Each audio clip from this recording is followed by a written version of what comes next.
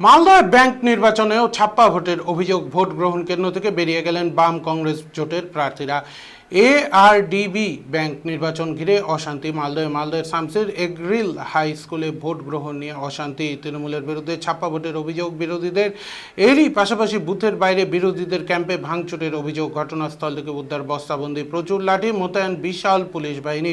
অভিযোগ অস্বীকার তৃণমূলের। মালদহ জেলার agriculture and rural development bank committee গঠনের জন্য নির্বাচন হচ্ছে। মোট 34টি আসনে নির্বাচন হচ্ছে। রতুয়ার শামসি, গাজল এবং ইংরেজি বাজারে নির্বাচন হচ্ছে। শামসি এগ্রিল হাই স্কুলে, হরিশ্চন্দ্রপুর, চাচল এবং রতুয়ার 9টি আসনের জন্য নির্বাচন হচ্ছে। আর এই নির্বাচন ঘিরে উত্তেজনা ছড়ালো শামসির এগ্রিল হাই স্কুলে। বিরোধীদের অভিযোগ, ওই স্কুলে নির্বাচনে ছাপ্পা ভোট করছে তৃণমূল। বাইরে বিরোধীদের ক্যাম্প ভাঙচুর চালানো হয়েছে। তাই ভোট গ্রহণ কেন্দ্র থেকে বেরিয়ে গেলেন বাম কংগ্রেস জোটের প্রার্থী। যদিও বিরোধীদের এই অভিযোগ অস্বীকার করেছে জেলা তৃণমূল নেতৃত্ব।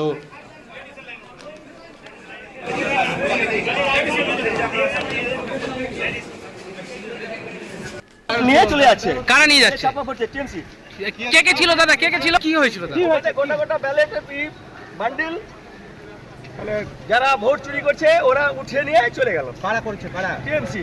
কে কে ছিল ওখানে দাদা? কি হচ্ছে? চিনতে পেরেছেন কে কে ছিল?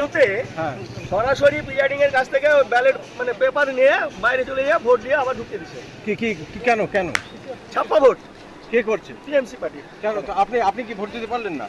আমরা ভোট দিতে পেরেছিলাম আগে, আমি ক্যান্ডিডেট, আমি ছিলাম ওখানে, দেখলাম যে বেরিয়ে গেলাম, ছেড়ে দিলাম। কেন দেখছি অনেক ব্যাপার চলছে। কোন দলের ক্যান্ডিডেট আপনি? আপনি কোন দলের ক্যান্ডিডেট? আমি জোটের। জোটের কি নাম আপনার? কি নাম দাদা? বলছি যে তারপরে কি মানে ছাপ্পা ভোট দিচ্ছে, বাইরেও তো হামলা টামলা চালাচ্ছে নাকি? কি করছে ওরা? ঢুকে গিয়ে অনেকটি লোক ঢুকে গিয়ে ছাপ্পা ভোট মারছে, দিচ্ছে। ভিতরে যারা আছে প্রশাসন লোক, ওরা কিছু বলছে না। কোনো কি মারধর হয়েছে? আমাদেরই মানে নিরাপত্তার অভাব বেড়ে গেল। দাদা আপনাদের কি মারধর করা হয়েছে? যাচ্ছেন এখন পালিয়ে আছি। কেন পালিয়ে যাচ্ছেন? পালিয়ে যাচ্ছেন কেন? ভয় কার ভয়? জানের ভয়। মানে আমার নাম মোহাম্মদ নওশাদ। কংগ্রেস, সিপিএম, বিজেপি মিলে এখানে একটা জোট করেছে। আর যে অভিযোগটা আমাদের বিরুদ্ধে করছে সম্পূর্ণ একটা ভিত্তিহীন। মানুষ নেই তাদের সাথে। লোকসভা ভোটে মানুষ ভুল বুঝেছিলেন, ভুল বুঝার কারণে কিছু ভোট তারা পেয়ে গেছে, কথা তারা জিতে গেছে, সেটাকে স্বপ্নের মতো দেখছে। 21শে জুলাই শহীদ দিবসে দিদি মালদাবাসীর কাছে স্বীকারই করেছেন যে মালদার মানুষ আমাদের কেন ভুল বুঝেছে। আমি আবারও আম এবং আম সত্য চাই। আম এবং আম সত্য পুরোটা এবার এই নির্বাচনের মধ্যে দিয়ে শুরু হলো। আমরা আশা রাখছি এই নির্বাচনে এখানে 34টা আসনের মধ্যে 34টা আসনই মানুষের আশীর্বাদ নিয়ে, ভোটারদের আশীর্বাদ নিয়ে আমরা জিতবই।